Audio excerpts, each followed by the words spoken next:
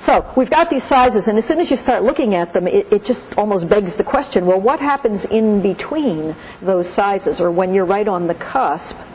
And what happens on the cusp typically is a degree of confusion, tension, some perhaps conflict among individuals and groups in the congregation, but even within individuals and groups, about who are we going to be, what kind of church are we, and what's next, what would be healthy development for us, what would we mean by growth, and would it be primarily numerical or would it be some other kind of growth, spiritual growth or growth in service to our surrounding community, organizational growth, clarifying our processes, the way we work together, creating safer church environments, and so forth. All of those could legitimately be called growth. So in between sizes, the question about what's next, what kind of church are we now, what kind of church do we want to be, or at best, are we called to be, those conversations really heat up in between sizes.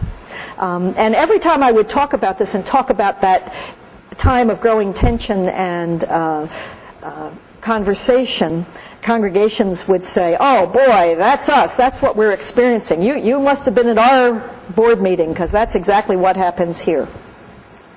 And once people have said that, they were always often coming back with the next question, which is, so what do we do if we've hit the boundary between sizes and we still want to grow? We still feel we have the potential to grow, or we still feel we have the call to grow numerically within the communities where we're located. Well, I didn't know the answer to that question, so I started to read more about these kinds of transitions and to talk with leaders in more and more congregations who were experiencing these in-between tensions, these in-between zones. And over time, it became apparent that one of those size transitions, the zone between two of those sizes, seemed even more difficult than the rest.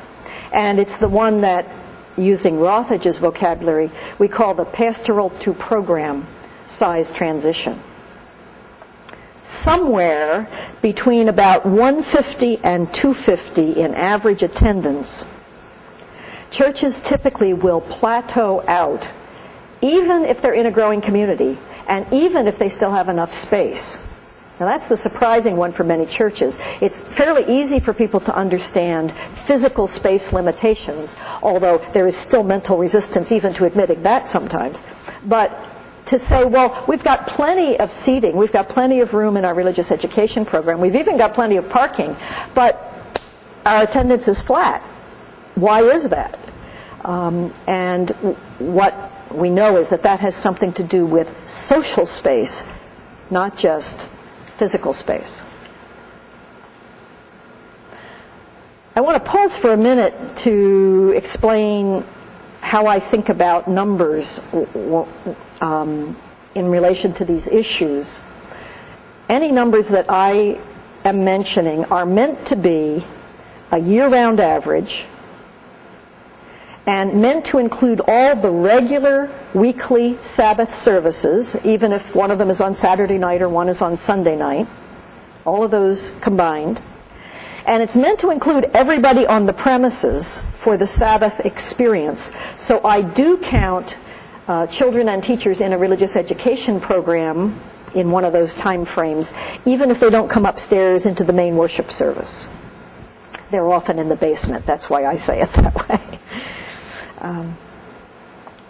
So if you count that way, then it's this 150 to 250 zone that I would characterize as the transition zone, and the hardest of the transition zones.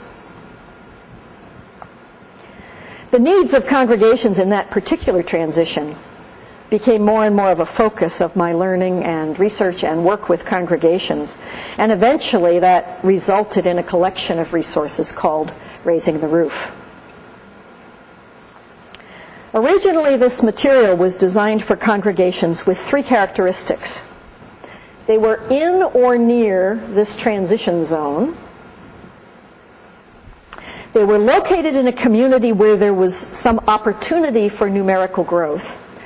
We know that a great deal of the experience of numerical growth and decline in congregations of all kinds can be correlated with what are called contextual factors. That is to say, what's going on in the surrounding community and in the wider culture, the broader cultural movements of receptivity toward different styles of religious involvement and so forth. So I had in mind particularly congregations that were actually experiencing some pressure from their community context to grow.